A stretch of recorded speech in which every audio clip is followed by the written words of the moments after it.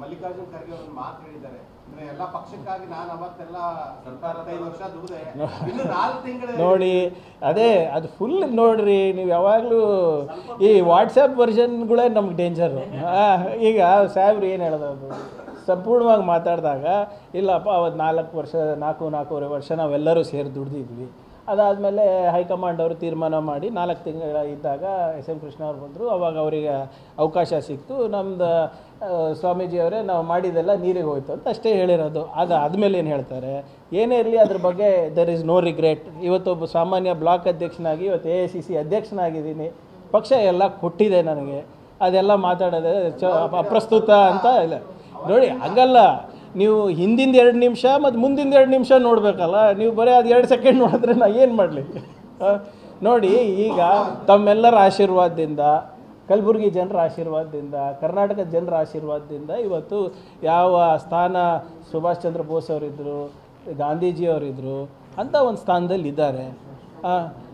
ಅದಕ್ಕೆ ಅವರಿಗೆ ನಿಮ್ಮೆಲ್ಲರ ಆಶೀರ್ವಾದದಿಂದ ಇವತ್ತು 371J ಅಂತದಿರ್ಬೋದು, ESIC ಅಂತ ಇರ್ಬೋದು ಮಾಡೋ ಶಕ್ತಿ ಕೊಟ್ಟಿದ್ದೀರಿ ನೀವೆಲ್ಲರೂ.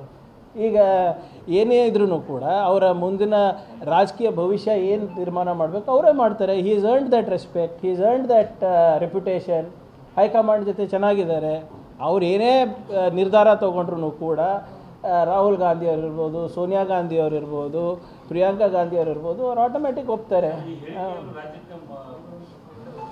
ನೀವು ಏನು ಬರೀತೀರೋ ಅದ್ರ ಮೇಲೆ ಸಂದೇಶ ಹೋಗ್ತಾರೆ. ಸಾಹೇಬ್ರು ಸ್ಪಷ್ಟವಾಗಿ ಸಂದೇಶ ಕೊಟ್ಟಿದ್ದಾರೆ, ಯಾವುದೇ ನಮಗೆ ರಿಗ್ರೆಟ್ ಇಲ್ಲ, ಯಾವುದು ಇದು ಇಲ್ಲ. ನಮಗೆ 2028 ಇದೆ ಇಂಪಾರ್ಟೆಂಟ್ ಇದೆ, 29 ಲೋಕಸಭಾ ಇಂಪಾರ್ಟೆಂಟ್ ಇದೆ. ನಿಮ್ಗೆ ನೆನಪಿದ್ರೆ ಅಫ್ಜಲ್ಪುರ್ನಲ್ಲಿ ಹಿಂದಿನ ಇದರಲ್ಲಿ ಚುನಾವಣೆಯಲ್ಲಿ ಭಾಳ ಸ್ಪಷ್ಟವಾಗಿ ಹೇಳಿದ್ದಾರೆ, ಹುದ್ದೆ ಇರಲಿ ಬಿಡಲಿ ಸಂವಿಧಾನವನ್ನು ಉಳಿಸ್ಲಿಕ್ಕೆ ನಾನು ಕೊನೆ ಉಸಿರು ತನಕ ನಾನು ಹೋರಾಟ ಮಾಡೇ ಮಾಡ್ತೀನಿ. ಸಿದ್ದರಾಮಯ್ಯನವರೇ, ಮಾಲೀಕ ಗುತ್ತೇದಾರವರೇ ಅಂತ ಅವರೇ ಹೇಳಿರೋದು ನೆನಪಿದೆ. ಸೊ ಅಫ್ಜಲ್ಪುರದವರೇ.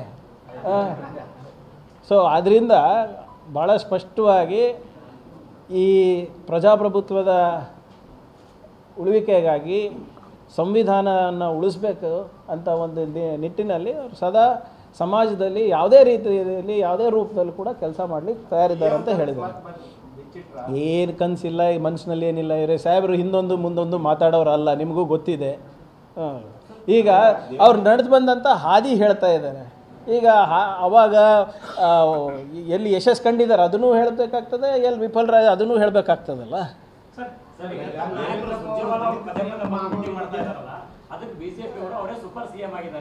ಈಗ ಅವ್ರು ಬಂದು ನಮ್ಮ ಮೀಟಿಂಗ್ ಮಾಡಿಲ್ಲ ಅಂದರೆ BL ಸಂತೋಷ್ ಅವ್ರು ಮಾಡ್ತಾರ, ದತ್ತಾತ್ರೇಯ ಹೊಸಬಾಳೆ ಅವ್ರು ಮಾಡ್ತಾರ, ನಮ್ಮ ಉಸ್ತುವಾರಿ ಅವರಿದ್ದಾರೆ.